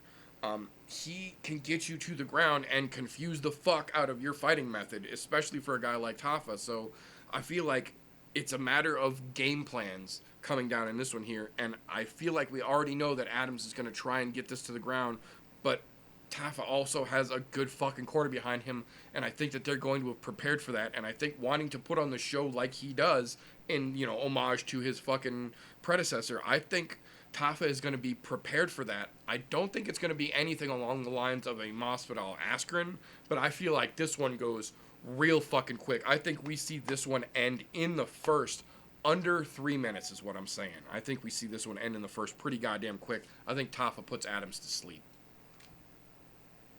This was actually my dark horse fight of the night, and not because of where I think the length of the fight's going to go. I don't think this fight's going to go that long. Right. But both of these guys, because they're relatively unknown to the larger fan base, and when I say the larger fan base, I mean a lot of the more casual fans that are buying this fight because you've got Jones and you've got Shevchenko on here. Those two names sell this entire fucking card for the normal casual fan because they know who both of them are. But relatively speaking, they don't know who Juan Adams are. They don't know who Justin Tafa is. Yes, Tafa just came off of a loss. His last fight, I would say, is 3 or 4 months ago. But he's definitely fucking knockout artist, and he's training with the likes of Tai Tuivasa and them out there. So you know what they train to do. They're gonna go out and try to knock your fucking head off. And with Juan Adams coming off of the fucking Ultimate Fighter there, he's fucking he's set. He's set already. And his ground game it's at a decent spot right now. But I don't know that he's gonna be able to actually get a takedown on Tafa, who's known now for swinging for the fences. I think what's going to happen is he's going to get caught because he's going to get sloppy wrestling, and that's going to cost him. However, if he ends up taking Tafa down, that's all she wrote. Tafa's not getting back up. He is not well-rounded on the ground at all. I will call that spade like I see it. He's fucking terrible on the ground. He's just like Tuivasa. He's just like a lot of those guys. He'll get 1 or 2 chances to muscle his way up. And if he can't do it, that's all she wrote. But I don't see this getting outside of the first round. There's going to end up being a knockout. I think Tafa takes it. To be quite honest, I think that his knockout ability and his knockout artist status is a little underrated for where he's at. Yeah, he lost his last fight, but he's got a lot more to show that I don't think a lot of people have noticed yet. And we're going to start taking notice pretty soon when you start seeing these walk-off Mark Hunt-esque KOs happening. When that happens, I think people's head will turn. He'll turn in. I think he's going to eventually turn into that fan favorite like Hunt was. Might not ever see a title, but he's going to end up being a fan favorite one day, I think. I agree. I absolutely agree. Yeah, I already like Justin Tafa a lot. Yeah, I pick Tafa. Yeah, he is up against it with the reach and everything, but yeah, I just like what I see from him a little more than Juan Adams. I think it's just more because the big guys, the strikers and the big guys usually are more appealing to me because that's usually how they end anyway. You know, the worst part of this is one of these guys I did root for at one point because he had to fight somebody that shall not be named. And I really wanted him to win that fight. But So did I. unfortunately, Juan couldn't put that away, so I have a feeling he's going to crumble under pressure again. Yep. Yeah, and I think we were all fucking cheering him on during that fight, and he absolutely let us down in that situation when he should have shined against a fucking soup can. Mm-hmm. But we'll definitely see because Tafa's no soup can, that's for damn sure. So if Adams really wants to be taken seriously and he wants to seriously put himself in contention to stay a staple in that heavyweight division, I think he's going to have to do something real fucking impressive this weekend. I don't know if he's capable of it, but we're definitely going to see. But this is the point where us foaming at the mouth rabid hardcore fans just get to woo-saw a little bit and in with the out, in with the no. Words and mystic, holistic bullshit stuff. But we calm down. We relax a little bit. We let the hardcore kind of fade away and we bring in one of our favorite folks in the world to give us a little more relaxed interpretation of how this card might go. Our favorite casual for Casual Corner, Miss Loomy Streams. Are we meditating? We're something. Okay. All right, so let's go to the co-main event where we got John Jones versus Dominic Reyes. This is a Backwards. pretty interesting. Nope, shut up. This is the co-main event, and we got John over here. He's got 25 fights in his record. The one, I don't know what the one is anymore. It's been a while. What's the one? One loss? Has he only lost one? Yes. And it is a controversial loss. It was a 12 to 6 elbow stoppage that has since been kind of deemed a bad stoppage. It's one of several asterisks that he has on his record at this point. Cool, I suppose. Our dudes. His co-main event doesn't really matter too much anyways. His opponent his opponent is 12-0-0, so not too shabby of a matchup there. Clearly he might be hopefully a little bit younger or newer to the game. It's like half of the other dude's score, so meh. Got a blah blah blah. John Jones, okay, so it's not going to scroll with me, so we're just going to have to keep in mind John Jones is red and Dominic Reyes is blue, because I'm not going to remember that. Alright, so blue has 58% KO TKO. I like this one so far. He's only got 25% decision, 17% submission. The other guy's trailing, not too far behind, but he's got 30% decision, and that's just really a damn shame. So yeah, we're going with blue so far. Blue's gas power. We're going for blue. That's it. All right. So Dominic Reyes, that's my voter. Then we got to go to the main card, the meat and potatoes of the meat and potatoes of the meat and potatoes of the meat and potatoes of your fucking side dinner, fucking shit dinner, which you replace with meat and potatoes.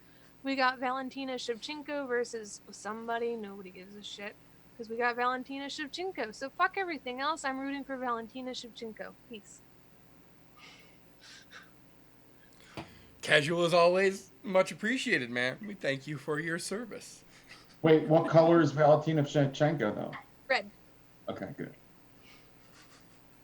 So we got a blue pick and a red pick.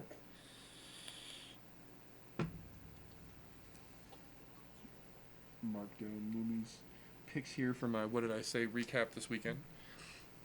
So as our favorite casual dissipates back into the emanations of the void, that will bring us to the potatoes au gratin here for our lovely dinner that is UFC 247 and the actual co-main event in Valentina Shevchenko versus Caitlin Chukagian, the bullet versus the blonde fighter. Wrong order! Shh. Now, this is one of those fights that from the time they announced it, a lot of us pretty much just laughed and snickered. And to be fair, it's not that Caitlin Chukagian hasn't earned her way into a title shot. Fair is fair. You got to call a spade a spade. She has absolutely taken out everyone that they have put in front of her to this point.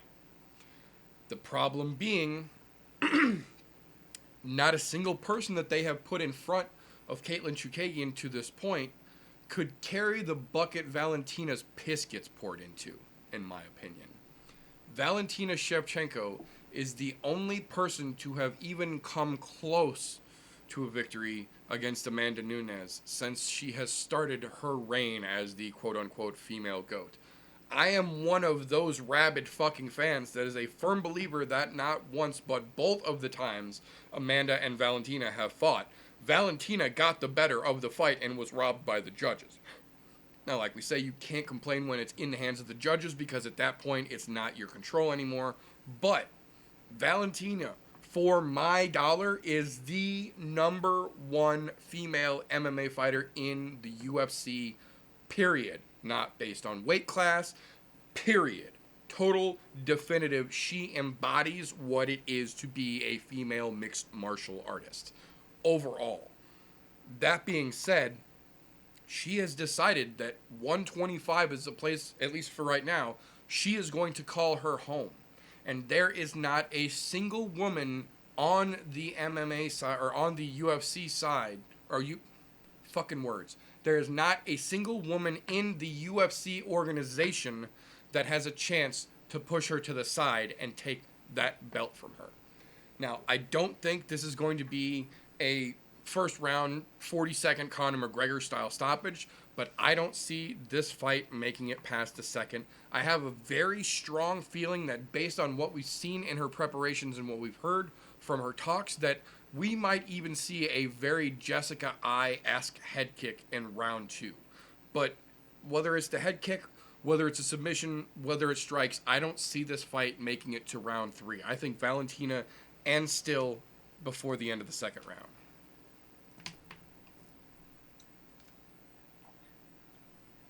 All right. Well, I agree with everything you say there. There's a couple things that I do have to point out because I have to play devil's advocate on at least one fight a week. You know, that's just kind of my goal. Now, I know with 100% certainty Valentina's going to win this fight. Okay? Just getting that out of here right now. But to play devil's advocate on the other side of this, I don't think people are giving Chikagian enough credit. Not by any means. Don't get me wrong. When I heard the news is Chikagian, I'm like, oh, well, got another lamb to slaughter. Yep. To be quite honest, I'm pretty sure that's what that's going to be. However, Chikagian's taking this pretty goddamn seriously. She absolutely is. And it's amazing to see that because it's not some of those other fights that fought Valentina went, oh, she's not unbeatable. Where you hear that from some of them, and Chikagian knows better. She's seen what can happen. However, Chikagian also has a different mindset than a lot of other female fighters that have come to this point and fighting her. If you go back and watch, even just watch this week of the UFC countdowns, she's been a, if I'm going to do it, I'm going to be first. I'm not going to be anything else kind of person. Even said it in the UFC countdowns this week. Just so everybody's out there, you can see it. That's, if you're going to go into it, that's the kind of mindset to have in this business. You can't go in there, well, I'll settle for a mediocre career. No, you're either in this or you're not. That gives her more of a leg up than I think most people are giving her credit for. She's got the right mentality. She's not looking past her by any means. And she does possess some pretty fucking gnarly kicks of her own, which I think everybody forgets about. Now, counter side to that, because I have to play devil's advocate on myself here, somebody was just training at Tiger Muay Thai for the last fucking umpteen months, and he's coming in with some of the gnarliest fucking knees and leg kicks and head kicks you're going to see probably for the rest of the fucking year. Chikagian's got her work cut out for her. Can she do it?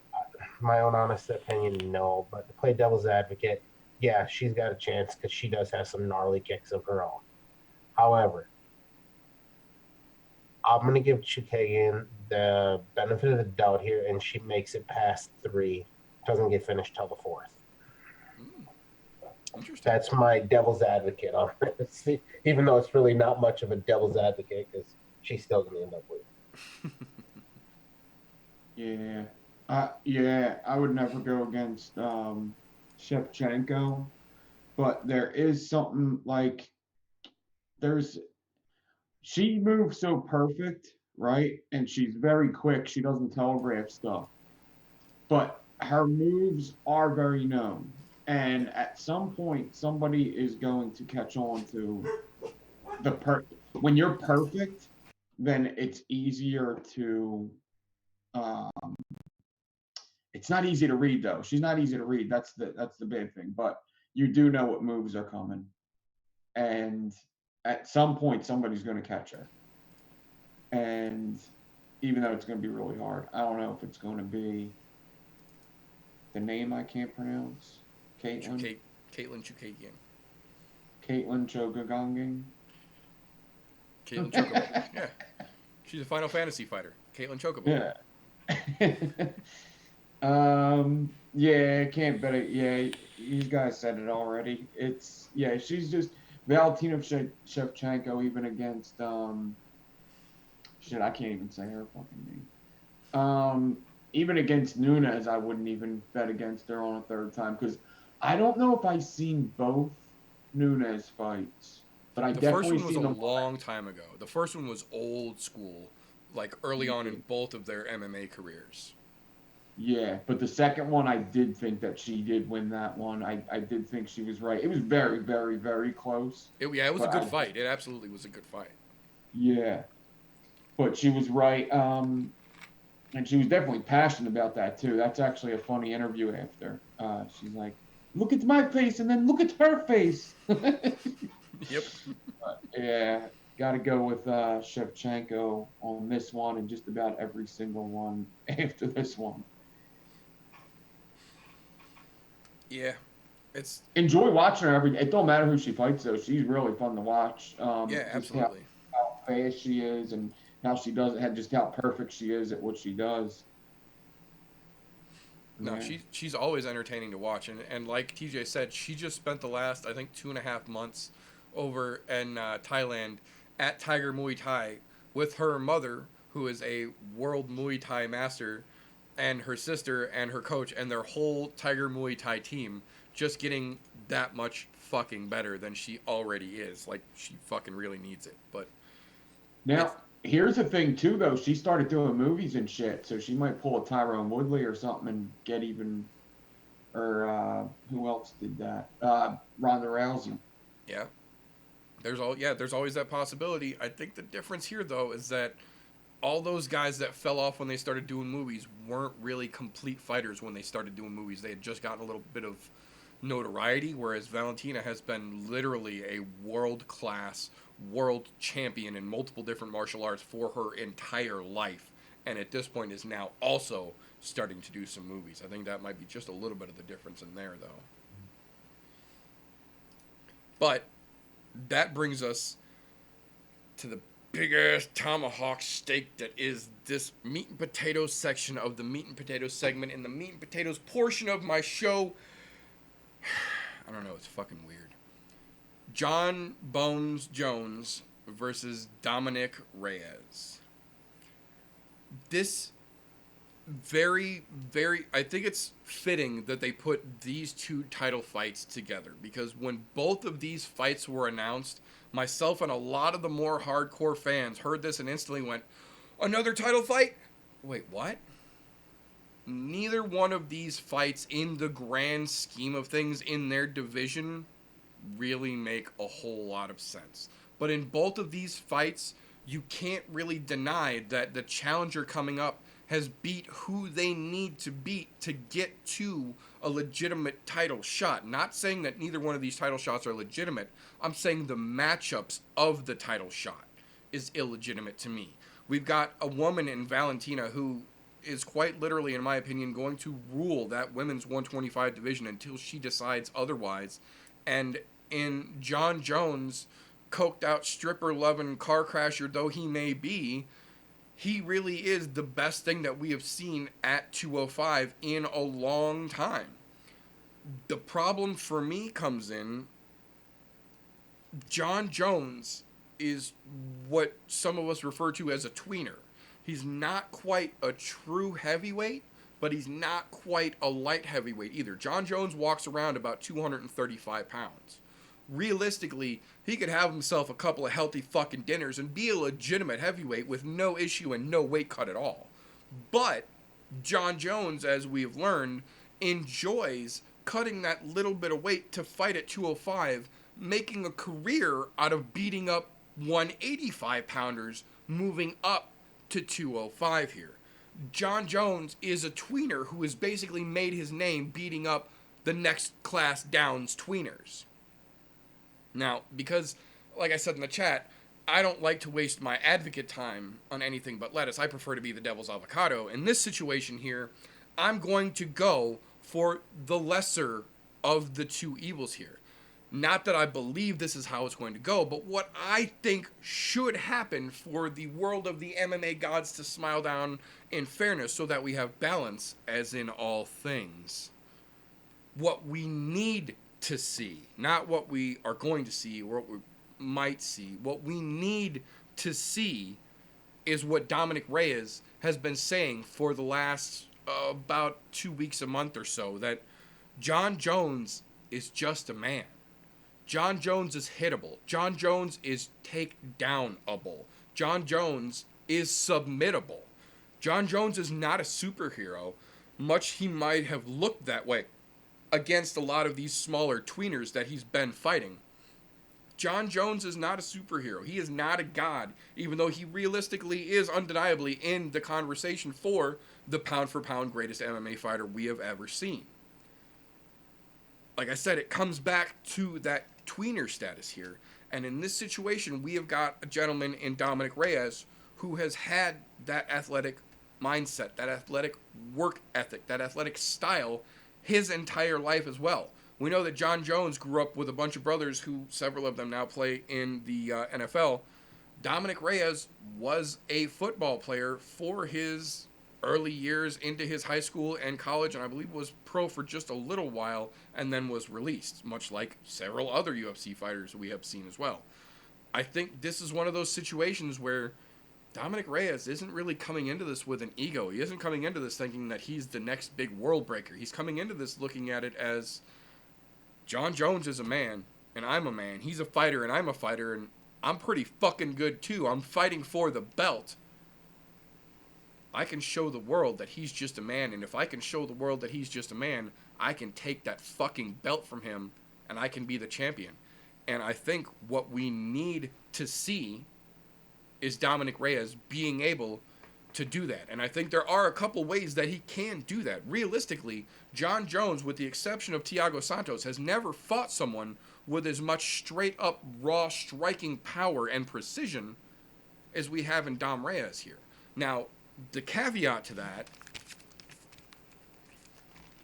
is Thiago Santos. The problem is Thiago Santos, being much more of a more powerful and more accurate striker, had the leg blowout right out of the gate, so that throws his whole striking off to begin with. So even though he is the better striker, he didn't have his striking ability in his fight against Jones.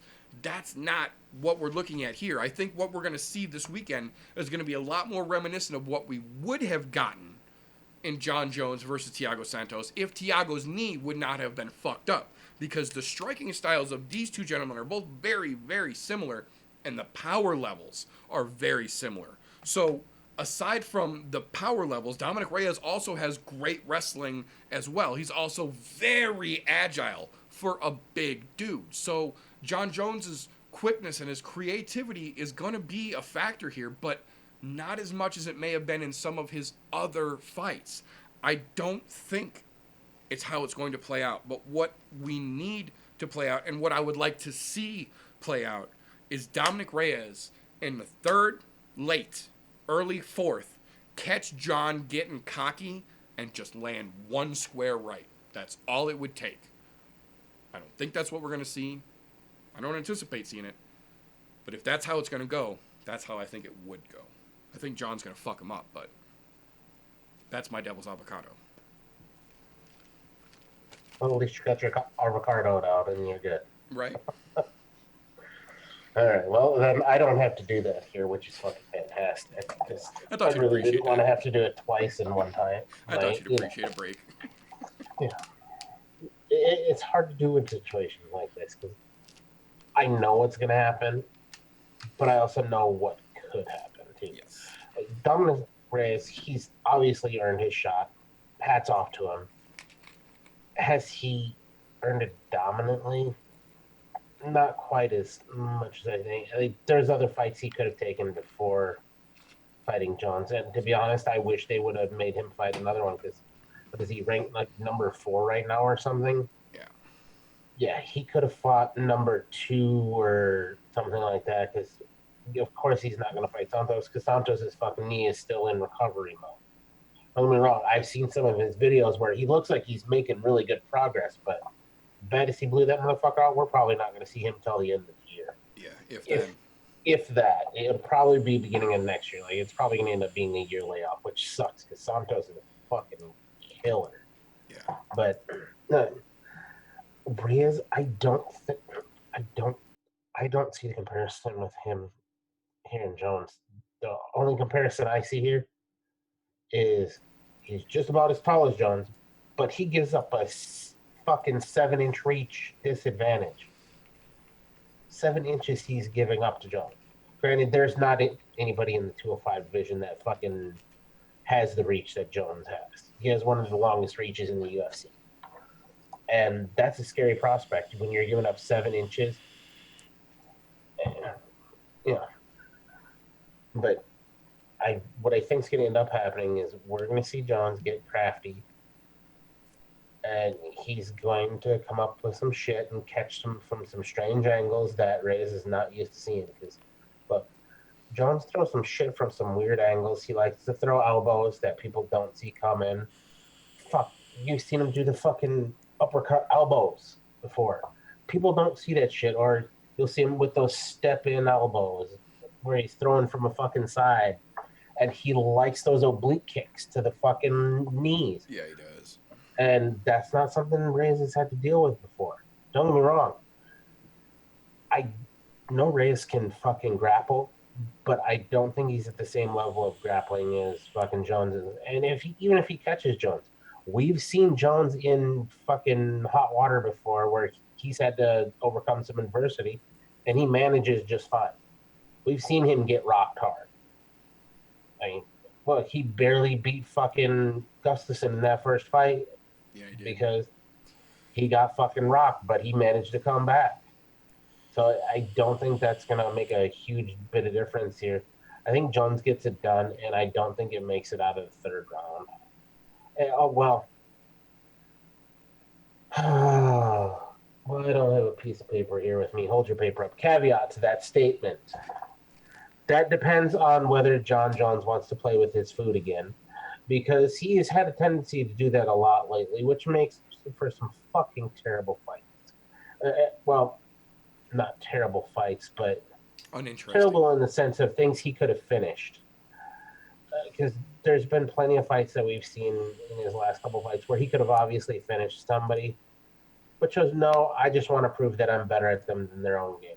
No, fuck you. Go in there and do your job, Johns. Finish the motherfucker and be done with it. But I think third round, he can finish him with inside of 3. I don't see this going to championship rounds unless John Jones decides to play with his food. Yeah, I'm going all out, Dominic Reyes. All out. Who the fuck is this guy? I'm gonna tell you why. He's definitely very smart. I don't even think that's even questionable. He's smart as fuck, and there ain't a lot of tape on him. He hasn't been in long fights. Yeah. I think John Jones is in a part of his career where he's doing the Tyron Woodley thing, where he could probably absolutely destroy Dominic Reyes, but he's been playing it safe. He's been, you got to beat me to get the championship. I don't have to beat you. I just got to outpoint you. I could stay away from the danger, and I think that's what. And I think Dominic Reyes is smart enough to pick up on that.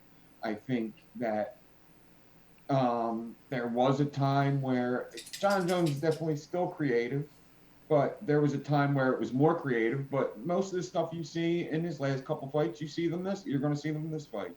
Them elbows ain't nothing new. The oblique kicks ain't nothing new. It's just, I think that Dominic Reyes may be smart enough, and somebody's going to beat John Jones soon. I know somebody's going to soon. I don't buy into the fact that he's never going to be beaten because of his last fight, really. Yeah. And I think that even if Dominic Reyes doesn't win because of points, as long as he doesn't get his legs broken like Santos did, he's probably going to get a rematch. Because if Santos didn't get if his knees didn't blow out, he probably would have had that rematch instead of Reyes coming up.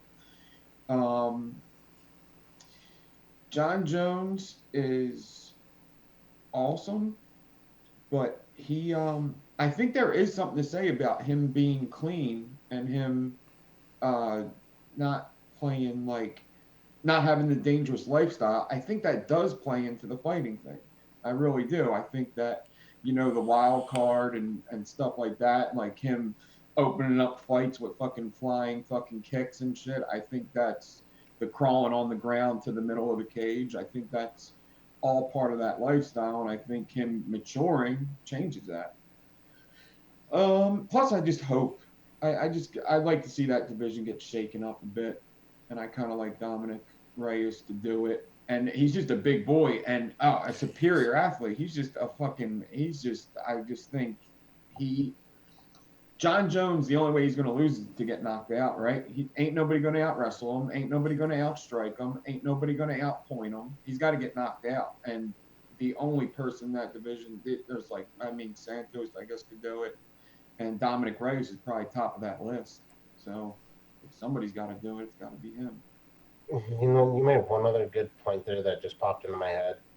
And there was a great man that says it's hard to get out of bed and train when you're waking up in silk pajamas. Because you know what? He's been having those silk pajamas on for a long time, even when he's been fucking up and doing dumb shit as a human being. But he's been wearing them silk pajamas for a long fucking time. So it could happen. Do I think so? No, not from the way that I see his training videos. But at least the snippets that we see into it. He's not taking it off. I just don't foresee him letting the gas down. But, playing with your food can get you caught. And sometimes that fucking mouse is going to bite the cat's tongue. That's all I'm saying. Right. And Nick makes a real good point here in that we've seen Jones not just in title fights, but in the UFC more than enough times to where John doesn't surprise us with anything more. I'm willing to bet $10 right here and now to anyone watching this that John Jones is going to throw a spinning elbow. Mm-hmm. I'll bet any fucking one of you $10 right now. At some point in that fucking fight, he throws a spinning elbow. Oh, he's at some up. point. Yeah, at some point he's going to throw a step-in elbow. He's going to step in and throw it like a punch.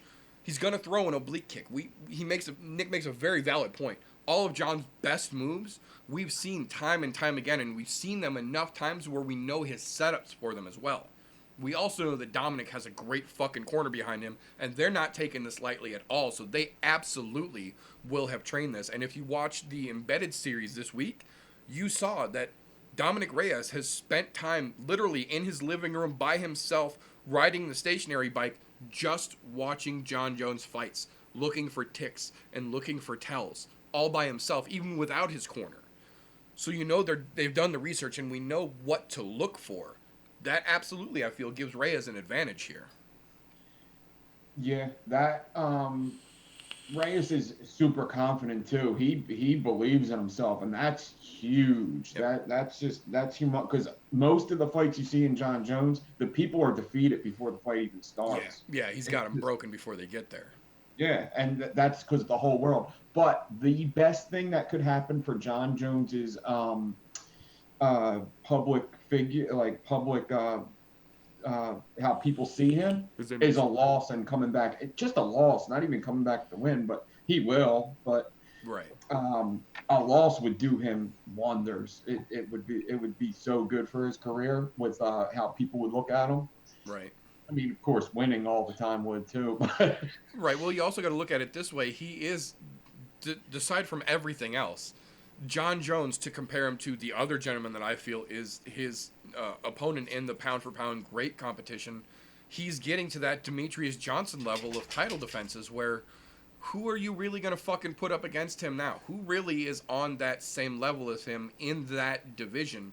There's going to come a point where as good as he is, as good as he's been, somebody's going to slide some points past him and make it 5 rounds and take that fucking belt away from him. We never thought fucking DJ was going to ever fucking lose. And anybody who watched that fight, there's no competent individual I've had a conversation with that watched Henry Cejudo versus Demetrius Johnson's rematch and thought that Henry beat DJ.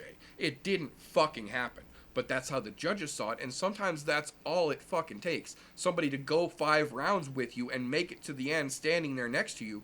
And realistically, knowing everything John is going to try, if Reyes has got the gas tank and the ability to dodge all the crazy shit we know John's going to throw and stand up at the end side by side with an equally looking undamaged face and a fucking hand in the air, it might be because he's getting the belt wrapped around his waist. That could be. And the other thing we got to remember, Jones has legitimately not lost. He has technically a loss on his record, That's but it right, wasn't a air loss. quotes. Yeah. So, to be honest, this fight is a fight of undefeateds for a belt, which that in its own right is fucking fantastic. Yeah, absolutely. We also have to remember both of these guys never lost, so they've never actually tasted defeat. In the sense of you got your ass whooped or you tapped out or you were outpointed. Neither one of them. They're both coming in here legitimately undefeated when it comes to that. So I think that'll play into it a little bit, but not as much as everybody thinks. They both have fabulous genetics. I could tell you that, dude. John Jones is hard to knock out, though. You see him take punches. That's so like discouraging to other athletes when somebody's so fucking good at something, and then they're also hard to knock out. Like Kobe Covington's kind of the same way too. Like there's a lot of them that are like that. Like I mean, there's just people that are hard to knock out, and then they're really good. So you're like, when I do get a clean shot on him, he doesn't fucking turn the fuck off, and then he's just right back at it. So that's another thing about John Jones. It's really good. Is like he's just got a hard head, and it seems like he's never phased. So I don't know. You know Well, what, John Jones? Part of that as well, though, when have we ever seen John really hit with a legitimate power shot after power shot? We've seen him get clipped a couple times here and there, but John hasn't really fought enough strikers, legitimate strikers, to be actually put in a position where he's compromised, where he's been hit with real bombs enough times in a row to legitimately rock him. And again, Reyes has got that power. He could do it. I think, again, if Santos' knee would have been good, we would have seen it then. But, you know, that fell how it fell. But I think Reyes has a chance that he might be able to give us one of those moments where we see how John handles really getting rocked. Because Dom's got hands. And if he puts one on you, they're big fucking hands with a lot of power behind them. And it's gonna fucking tingle your senses, man. Yeah. Yeah. One more thing to add to all this is John Jones, if he just goes in with the game plan of taking him down, then John Jones is going to win. But John Jones has been doing this thing where, you know, he wants to beat everybody at their own game and shit. And I just think that's dangerous with some guys. It I really think it was is. dangerous with Santos, and if he does it with Dominic Reyes, I think it's going to be dangerous. I agree 100%. And I think this might be one of those situations where he might actually be coming off that false sense of confidence because he got away with doing that to Santos. He might have it in his head that he can do that to Reyes. And I don't care who you are. The only reason he was able to do that to Santos is because that knee was fucked. A healthy Santos would not have gone that same fucking way that fight went. And I think if John's got it in his head that he's going to do that again to Dom, we could see an upset this weekend, man. We really could. It's going to be interesting. It's going to be interesting to see how it plays out. But that is all we have for this particular episode here. So, first and foremost, if we gave you some shit to think about, if we gave you some point of views that you didn't have before, if we gave you a laugh in the process of putting this show together, give us a thumbs up. We'd appreciate it. If we really tickled your fancy, subscribe to the show. We're here pretty much every week. If we just blew your fucking mind, share an episode for us. We're trying to grow this goddamn thing. On the opposite side of that coin, though, if we're just a couple of dipshits sitting around in front of a camera not knowing what the fuck we're actually talking about, give us a thumbs down. I won't dispute it in the least bit because we earned it. But that's what we've got for this evening. So before we get out of here, I do want to take a moment and thank our casual and both of these gentlemen for coming along for the ride here, for talking some shit, for getting a part of the shenanigans with us. So if for some reason folks need to know where the best spot to see bum fights in Fishtown is, how are they going to be able to get a hold of you, Nick Devine? N.Divine83 on Instagram and YouTube. And yeah, thanks for having me. And it was fun. And let's see you next week. Absolutely. Thank you for being here, sir. And now, by some strange coincidence, if folks have not had their fill of Green Bay bitch slapping, and they need just a little bit more to get them through their day, how would they be able to get a hold of you, Mr. Golf Tee? Right fucking here on the YouTubes. I'm here every Thursday night, at least in Thursday nights it can be. Wednesday night on my channel, 9:30 Central Time. And if you're feeling like talking some shit, you can message me on Instagram, on YouTube, whatever. I'll get back to you eventually. Thank you very much for your time, sir. Thank you to our casual as well for being here. But most importantly, thank you to everyone who is here. Thank you to everyone who supports. Thank you to everyone who is here in the chat with us live. Thank you to everyone who listens to these now that they are available in all audio form over on anchor.fm/I'mNoJoe. I don't blame you for not wanting to see this mug. I have mirrors, so I have to deal with it. But if you don't have to, why the fuck would you? But thank you to everyone who has supported us this far, and hold on to your hats, folks. There is some stuff in the pipeline coming along for 2020 that is just going to blow your socks off. We have got new TMIs shot and being shot. We have got more things in the works for the I'm No Joes. What did I say is taking off. We are getting better and more developed as we go along. So thank you to everyone who is along for this ride. That is all for this evening. We will catch you all on the next one. And remember, don't let ignorance stop you. You can root for anything. Unless you still somehow think Jeffrey Epstein killed himself, in which case...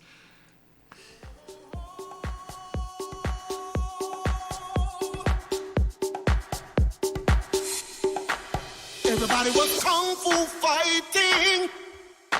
Those kids were fast as lightning. In fact, it was a little bit frightening. But they fought with expert timing. There were funky Chinamen from funky Chinatown. They were chopping them up, they were chopping them down. It's an ancient Chinese art, and everybody knew their part. From a fainting to a slip, and a kicking from the hip. Everybody was kung fu fighting. Those kids were fast as lightning. In fact, it was a little bit frightening, but they fought with expert timing.